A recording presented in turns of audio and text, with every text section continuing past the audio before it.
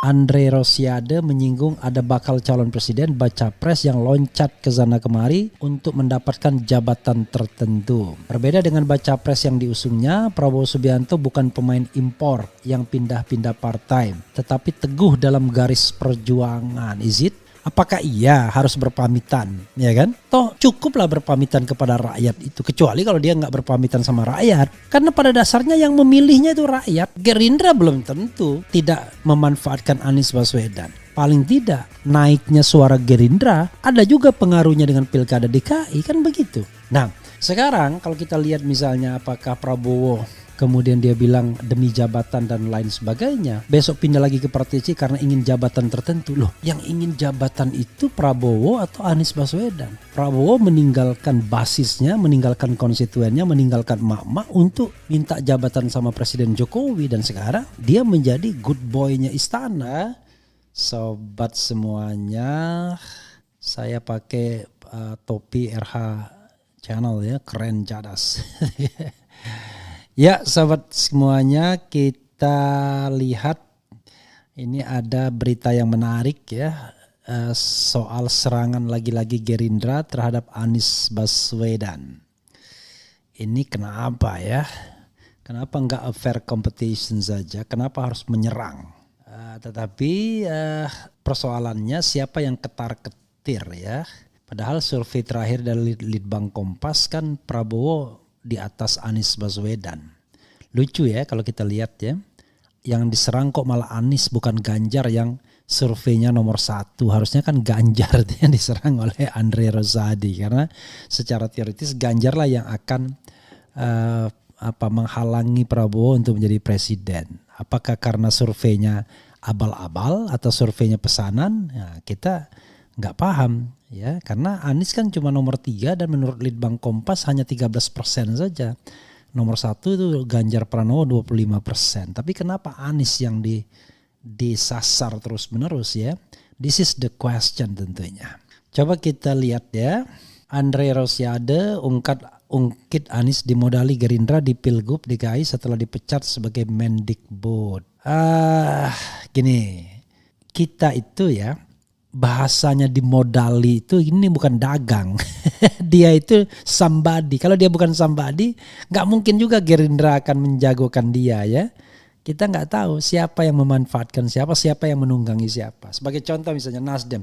Kan nggak mungkin Nasdem itu mencalonkan Anies kalau Anies itu nggak populer, nggak smart, nggak punya peluang menang. Jadi sebenarnya Anies kah yang pangkal utamanya atau Nasdem kah? Toh Nasdem juga kalau nggak ada Anies kan dia nggak bisa nyalonkan siapa-siapa. Mau nyalonkan Ganjar diejek oleh PDIP. Menyalonkan selain Anies nggak naik elektabilitasnya. Mencalonkan Prabowo ketua umum partai lain kan. Jadi ini lucu nih teman saya Andre Rosiade ini ya. Tetapi nggak apa-apa ya. Nanti kapan-kapan kita undang Andre Rosiade ke sini ya. Coba kita lihat ya sobat era sekalian. Andre Rosiade ungkit Anies dimodali Gerindra di Pilgub DKI setelah dipecat sebagai Mendikbud. Oke, kita baca. Konten Jantim Jakarta. Anggota Dewan Pembina Partai Gerindra, Andre Rosiade menyinggung ada bakal calon presiden baca pres yang loncat ke sana kemari untuk mendapatkan jabatan tertentu. Berbeda dengan baca pres yang diusungnya, Prabowo Subianto bukan pemain impor yang pindah-pindah partai, tetapi teguh dalam garis perjuangan. Is it? Oke. Kami punya kader terbaik yang dicintai rakyat dan diinginkan oleh rakyat. Nah, itu adalah Prabowo Subianto. Itu yang kami calonkan tanpa kami cari pemain impor yang mengutip. Ketua DPD Partai Gerindra Sumatera Barat itu juga menepis partainya tertutup untuk figur-figur potensial. Ia mencontohkan Anies Baswedan yang diusung Gerindra pada Pilkada DKI Jakarta 2017 lalu. Kalau kami partai tertutup, nggak mungkin dong Pak Jokowi dan Ahok kami dukung jadi gubernur DKI dulu. Nggak mungkin Mas Anies kita dukung jadi gubernur DKI, jelasnya. Andre lantas membeberkan fakta di balik kesuksesan Anies Baswedan. Meski sampai hari pasca purna tugas dari gubernur DKI, Anies Baswedan belum juga berpamitan kepada Prabowo yang mendukungnya di Pilkada hingga memutuskan menjadi bakal capres Nasdem. Habis dipecat Pak Jokowi, kami dukung, kami antarkan dan kami modalilah jadi gubernur DKI 2017 meskipun sampai sekarang enggak pamit ke Pak Prabowo, ujar Andre. Hari ini mungkin ikut partai A, besok dukung B, partai B, besok pindah lagi ke partai C karena ingin jabatan tertentu pungkasnya. Jadi sahabat era sekalian, saya hanya ingin memancing loyalis Anies Baswedan ya. Kira-kira marah nggak mendengar pernyataan Andre Rosiade ini ya. Oke, dia jadi mengatakan gitu ya, Anies itu kutu loncat ya. Kalau kami hari ini mungkin ikut partai A, besok dukung partai B, besok pindah lagi ke partai C karena ingin jabatan tertentu pungkasnya. Oke, this is a good point ya.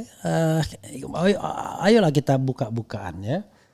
Oke, coba kita lihat Anies ya sama Prabowo. Anies Baswedan itu adalah tokoh non partai politik. Jadi dia bukan orang partai politik. Kalau bukan orang partai politik, maka nasibnya kan pasti ditentukan oleh partai mana yang mencalonkannya. Dan itu biasa aja. Ingat Ridwan Kamil.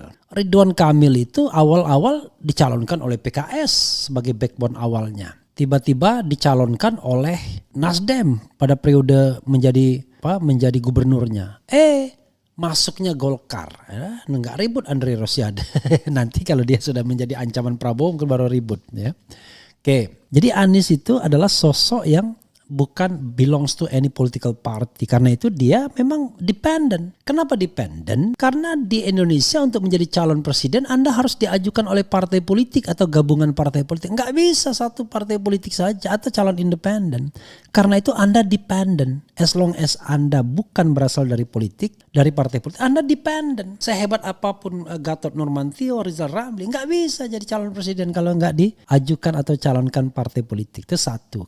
Dan partai politiknya nggak bisa satu juga. Ya, satu-satunya partai politik yang bisa mengajukan calon cuma PDIP. Gerindra pun terpaksa harus ngemis-ngemis dengan partai lain agar bergabung, ya kan? Dengan PKB misalnya. Ya, kalau PKB-nya nggak ada, nggak bisa Prabowo nyalon. Oke, itu satu. Jadi kalau misalnya di Pilkada DKI Anies dicalonkan oleh Gerindra dan PKS, ingat ya, Gerindra dan PKS, tidak hanya Gerindra saja. Lalu sekarang dia dicalonkan oleh Nasdem dan masih ada PKS-nya dan Demokrat, ya wajar. Karena Gerindra sudah mencalonkan Prabowo Subianto. Gak mungkin dia akan dicalonkan Gerindra. Jadi common sense saja. Nah, soal tidak berpamitan dan lain sebagainya kita nggak tahu. Itu kan fatsun politik, itu tata krama etika politik. Apakah iya harus berpamitan, ya kan? Toh cukuplah berpamitan kepada rakyat itu. Kecuali kalau dia nggak berpamitan sama rakyat. Karena pada dasarnya yang memilihnya itu rakyat. Gerindra belum tentu tidak memanfaatkan Anies Baswedan. Paling tidak naiknya suara Gerindra ada juga pengaruhnya dengan Pilkada DKI. Kan begitu Pilkada DKI. Jadi sahabat era sekalian, tidak boleh juga kemudian kita tidak balance melihatnya. Tapi kita akan coba lihat sebaik-baiknya ya. Oke. Jadi kalau misalnya Anies lompat-lompatnya lompat kemana? Nggak banyak lompatnya. Justru dia tidak lompat karena Gerindra tertutup bagi dia. Ya dia dicalonkan oleh 3 partai. Ingat dia dicalonkan, dia tidak melamar. Kan beda itu yang namanya partai politik membuka lamaran calon presiden. Ada kan yang buka lamaran. Dia nggak melamar. Dia dicalonkan. Kenapa dia dicalonkan? Karena dianggap tokoh potensial. Seperti halnya Ganjar dicalonkan oleh Nasdem dan PSI. Dianggap tokoh potensial. Itu yang perlu dicatat. Kalau Prabowo nggak dicalonkan siapa-siapa. Dia mencalonkan dirinya sendiri sebagai ketua umum Gerindra. Ya kan? Dia dicalonkan oleh dirinya sendiri ya sebagai ketua umum Gerindra. Nggak ada yang namanya internal demokrasi di partai politik. Oke, satu. Kedua, coba mari kita lihat sosok Prabowo Subianto misalnya. Kalau dibilang Prabowo tidak lompat, siapa bilang? Dia lompat juga. Lucu sebenarnya Andre Rosiade. Pada tahun 2004, Prabowo Subianto ikut yang namanya konvensi Partai Golkar. Kan begitu, kalah dia. Setelah ikut konvensi Partai Golkar, lalu dia mendirikan Partai Gerindra. Ikutlah pemilu tahun 2014 dan sebelumnya 2009. Lumayan sukses. Ya kan? Lumayan sukses dia. Jadi bersama dengan Demokrat yang booming, lumayan sukses. Nggak salah juga. Kalau sekarang dia tetap di Gerindra, wajar dia ketua umum Gerindra. Nggak mungkin dia lompat ke partai lain kan. Dia ketua umum Gerindra, tapi ingat dia juga pernah lompat dari Golkar ke Gerindra mendirikan partai sendiri. Surya Paloh juga pernah lompat, ya kan? Dari awalnya Hanura, ya kan? Tiba-tiba kemudian mendirikan Nasdem. Dulu kan Wiranto, Surya Paloh, Haritanu kan menjadi satu. Waktu itu Nasdem itu bukan Surya Paloh awalnya kan. Nah tiba-tiba kemudian Haritanu memperkuat Hanura, awalnya dia di Nasdem juga. Dan sekarang dia mendirikan Perindo. Jadi malah lompatnya 3 dari Nasdem ke Hanura ke Perindo. Jadi yang namanya lompat-lompat itu bagi partai politik, kader partai politik biasa. Apalagi kalau dia bukan kader partai politik yang dia tidak belongs to any political party ya. Nah sekarang kalau kita lihat misalnya apakah Prabowo kemudian dia bilang demi jabatan dan lain sebagainya.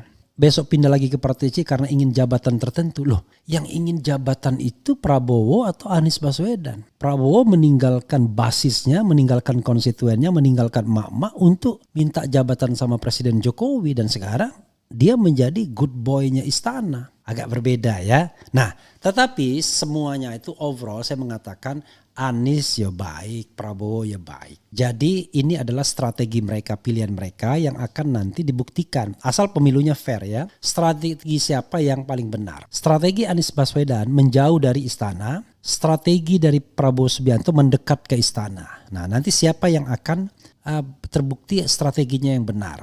Yang jelas sekarang Prabowo merasa yakin bahwa dia akan menang kalau dia di-endorse oleh istana. Makanya dia puji-puji Presiden Jokowi. Anies dia yakin menang kalau dia membawa tema perubahan, change and continuity. Nah nanti kita lihat siapa yang sesungguhnya unggul di antara dua ini. Asal tadi pilpresnya fair, tapi kalau pilpresnya nggak fair ya ibarat kata siapapun anyone bisa jadi presiden kalau seandainya dicurangi ya, main curang kemudian suara ambil sana ambil sini dan lain sebagainya. Nah mudah-mudahan pilpresnya jujur dan adil. Nanti kita akan lihat siapa yang sesungguhnya dimaui rakyat. Dalam konteks ini siapa yang sesungguhnya ketar-ketir. Kalau lihat survei Litbang Kompas terakhir harusnya ketar-ketir kubu Anies dong. Karena dia kecil nomor 3. Prabowo masih nomor 2. Dan justru Andre harus serang Ganjar. Ya, agar Ganjar tidak dicalonkan oleh PDIP. Karena menurut Litbang Kompas dialah yang akan mengalahkan Prabowo bukan Anies Baswedan. Anies malah kalah sama Prabowo. Begitu sobat era sekalian ya.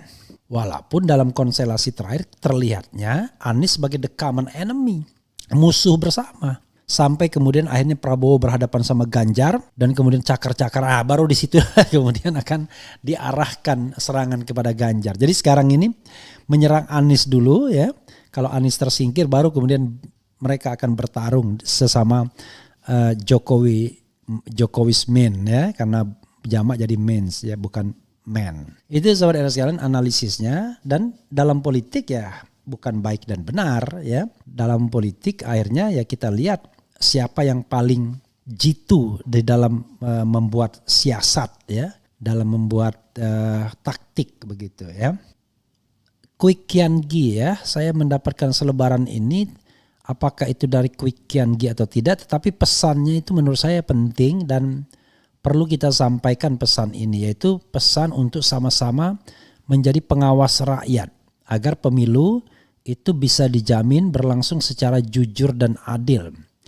Jadi yang paling penting adalah pesannya ini, tolong ditampilkan ini ya di sini ya. Jadi yang paling penting adalah pemilunya jujur dan adil. Jadi bukan siapa yang menang itu kan soal nasib ya, tetapi yang paling penting adalah bagaimana pemilu itu bisa berlangsung secara jujur dan adil. Ini ada foto Kwik Kian Gi, ada Laskar TPS, harus ada gerakan rakyat menyambut perubahan dengan cara jaga TPS. Bawa buku, bawa HP, bawa kamera untuk merekam hasil penghitungan suara di setiap TPS. Jangan sampai ada satu TPS pun yang terlewatkan tanpa pengawasan rakyat. Jangan tanggung dalam berjuang, harus tuntas. Kwik Kian Gi ya. Nah ini, ayo daftar jadi Laskar TPS, WA ke nomor, ada nomornya di sini ya. 0812 1175 5885. Itu sobat era sekalian, ya, kita ingin pemilu yang jujur dan adil. Itu yang paling penting. Kapan lagi bangsa ini jujur dan adil? Oke. Assalamualaikum Bang RH, kenapa orang-orang suka menyerang Anies sementara Anies nggak pernah nyerang orang? I don't know exactly, mungkin orang takut. Orang takut dengan bayangannya sendiri, ya. Jadi yang paling kacau itu adalah orang takut dengan bayangannya sendiri. Jadi dia yang kemudian berpikir kalau Anies jadi presiden akan begini-begini, nggak ada itu bayangannya sendiri. Saya jamin kalau Anies jadi presiden gak akan Indonesia berubah menjadi negara, katakanlah negara Islam atau negara lain. Tetap aja negara Pancasila. Nah hanya memang kalau orang yang tidak sehaluan dengan Anies ya barangkali akan tersingkir dari jabatan-jabatan politik yang dinikmati hari ini. Nah itu yang barangkali mereka tidak rela. Karena jabatan tuh nikmat boy, bos ya kan. Karena itu mereka nggak rela. Nah, tetapi yang namanya jabatan itu kan hanya persoalan dunia. Karena bagi saya asal negara ini sudah demokrasinya baik, insya Allah rezeki dari mana aja. Tapi kalau demokrasinya tidak baik ya sedih kita. Ngomong salah sedikit diincar ya kan, diadukan, dikriminalisasi. Nah saya ingat seseorang senior jurnalis yang mengatakan selain Orde Baru inilah pemerintahannya otoriter. Jadi saya juga merasakan dulu pada masa pemerintahan SBY orang mengkritik dia ya paling cuma sekedar SBY bilang saya prihatin ya, nggak diapa-apain. Kalau sekarang waduh nyawa pun kita harus jaga, jangan sampai kemudian tiba-tiba ada sesuatu hal ya. Itu yang harus kita pahami sobat era sekalian.